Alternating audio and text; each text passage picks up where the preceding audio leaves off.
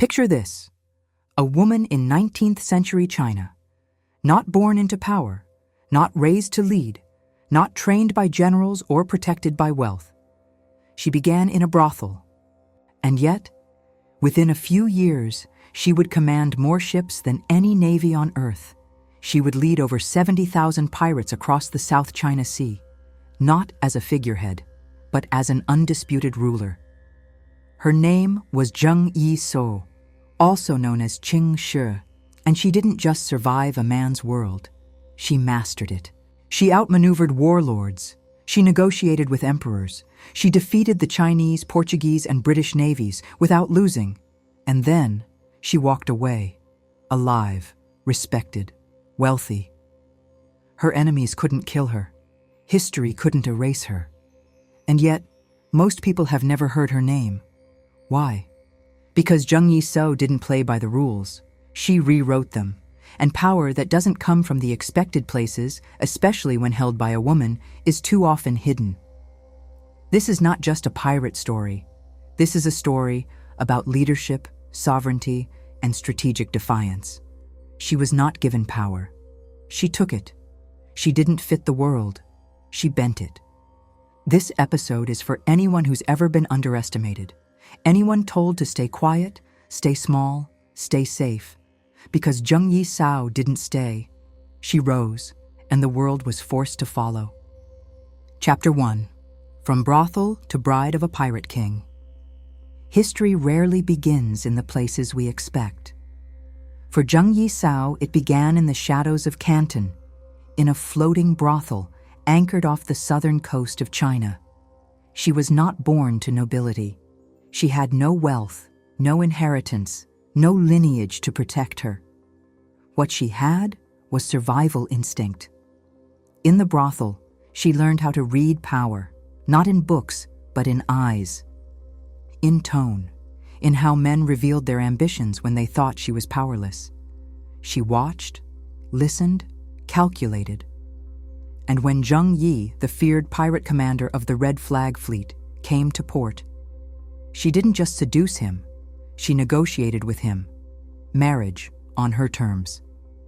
She agreed to become his wife only if she could share equally in his power, not in name, in influence, in decisions, in command.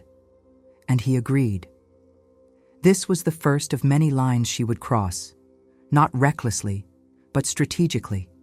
She understood what most leaders never learn, that power doesn't come from position, it comes from perception, from how people treat you when they believe you belong in the room. Zheng Yi Sao stepped onto the deck of his ship not as a consort, but as a partner, not as ornament, but as operator. She learned the naval codes, the politics of pirate alliances, the logistics of looting, supply chains, discipline, and wartime strategy. And within a few years, she wasn't just by her husband's side. She was being feared in her own right. But the real test would come with his death. Because when Zheng Yi died in 1807, everyone assumed she'd vanish, be replaced, forgotten. She did the opposite. She took command of the fleet, of the empire he'd built, of her own story. What began in a brothel ended in history. But the journey was far from over. Because power taken by a woman, especially in a man's world, is never left unchallenged. And Zheng Yi Sao didn't just rise. She held her position through war, rivalry, betrayal, and every attempt to push her back into silence, and she won. Chapter 2. Taking over. After her husband's death and outsmarting rivals, when a man dies in power, the question is, who will take his place? When a woman rises in his place, the question becomes, how long until she falls? Zheng Yi's death in 1807 left a vacuum, not just in leadership, but in control.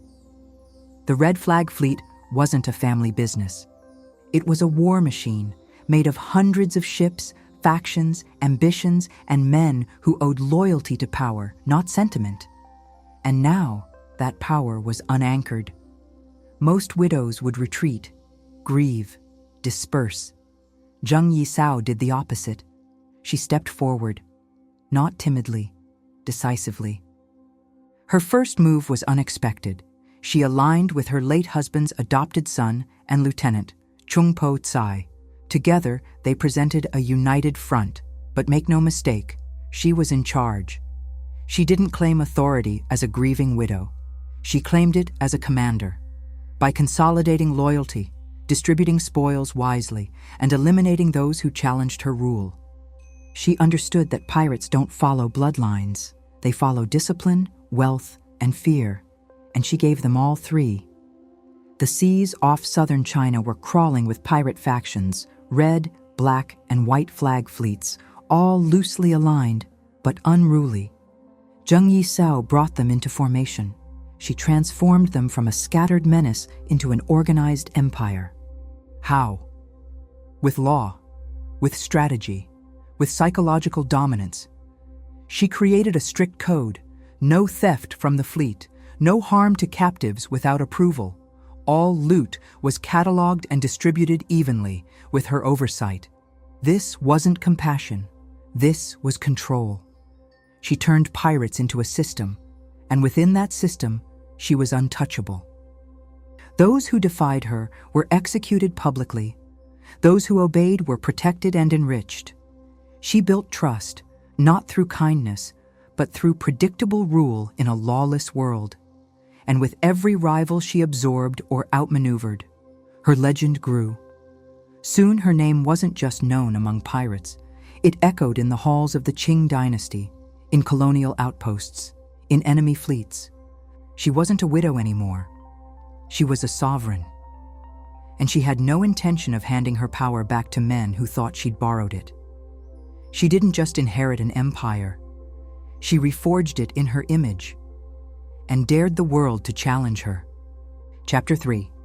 Her code of law, discipline, and fearsome control. Power built on chaos doesn't last.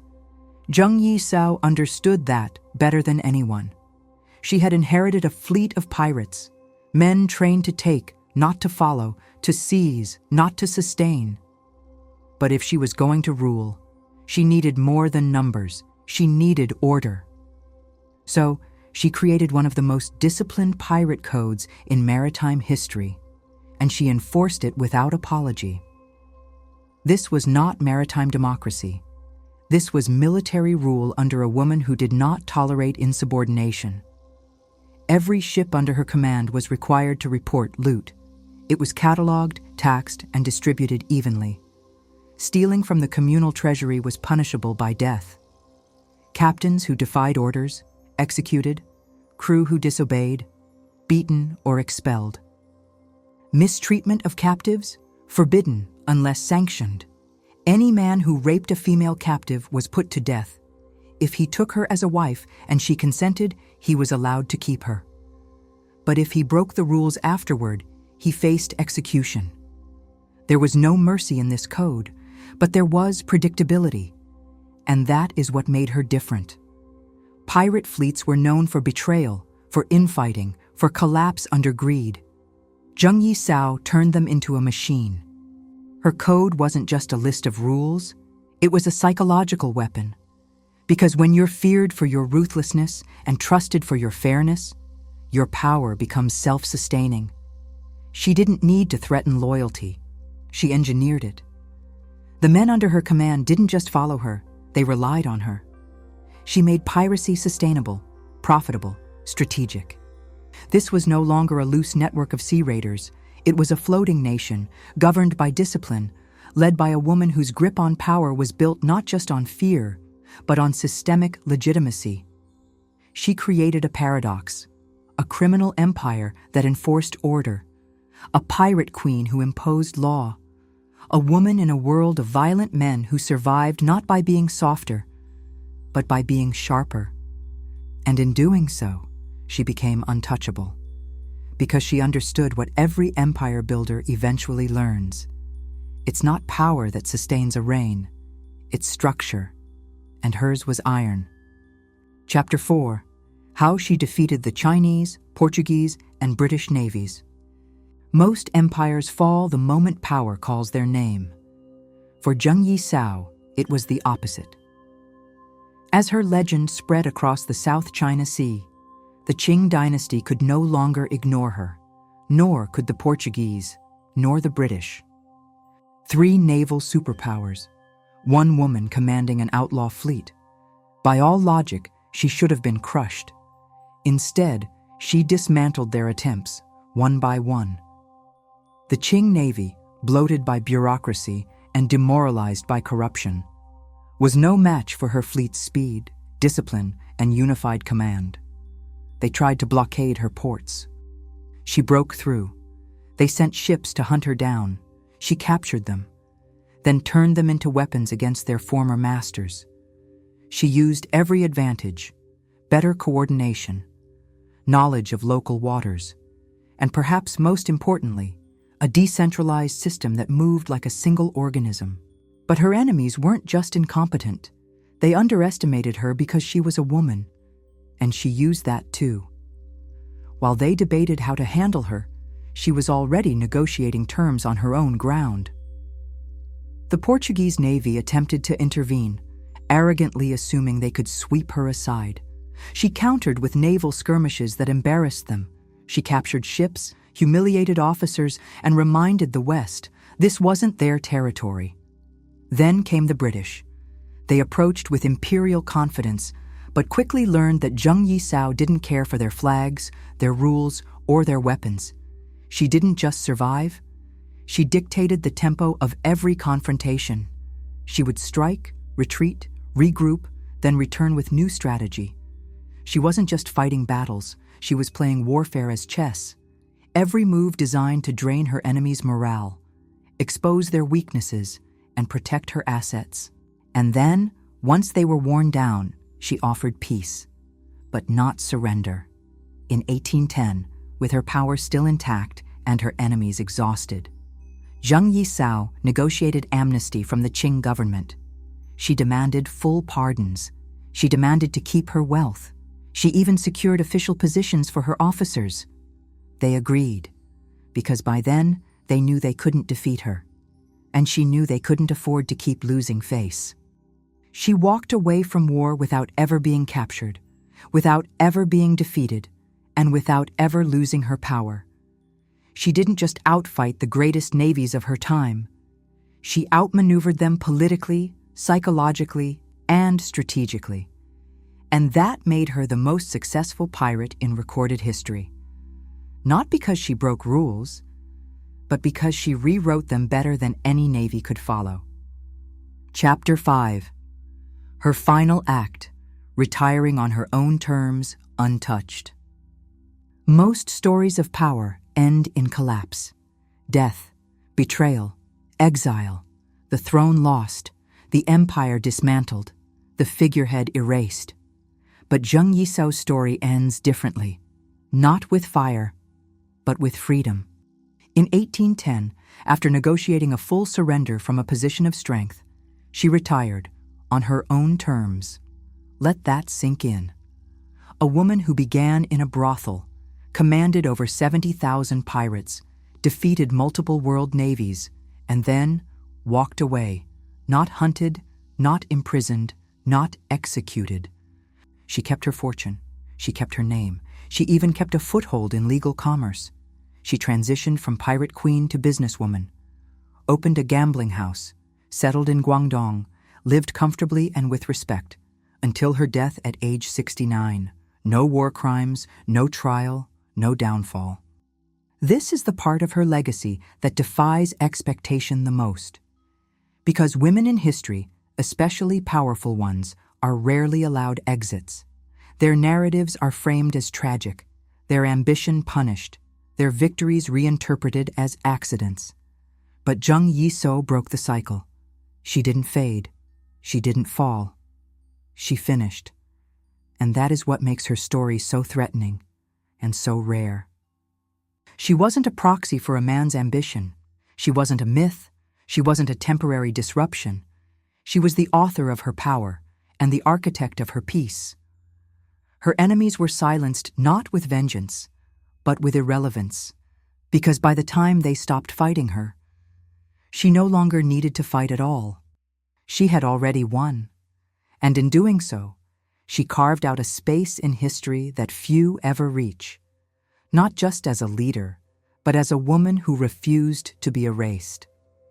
She showed that power is not only about domination, it's about duration, sustainability, endurance without compromise.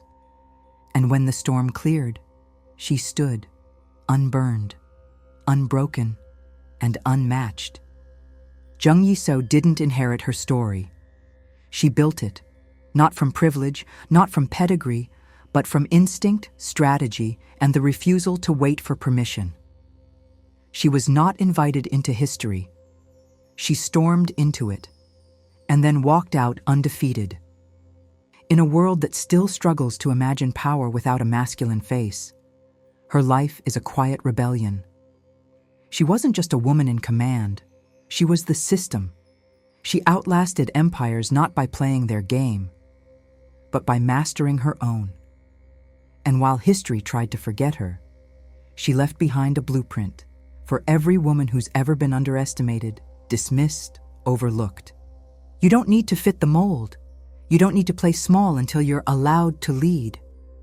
Zheng Yi Sao reminds us, power doesn't always wear a crown. Sometimes it wears grit, silence, strategy. Sometimes it begins in the last place the world respects and ends with the world at your feet. This isn't just a pirate tale. It's a leadership model, a sovereignty lesson, a warning to those who confuse visibility with invincibility. Because the most powerful people in history weren't always the loudest or the most welcomed. They were the ones who refused to disappear. And Zheng Yi Sao never did.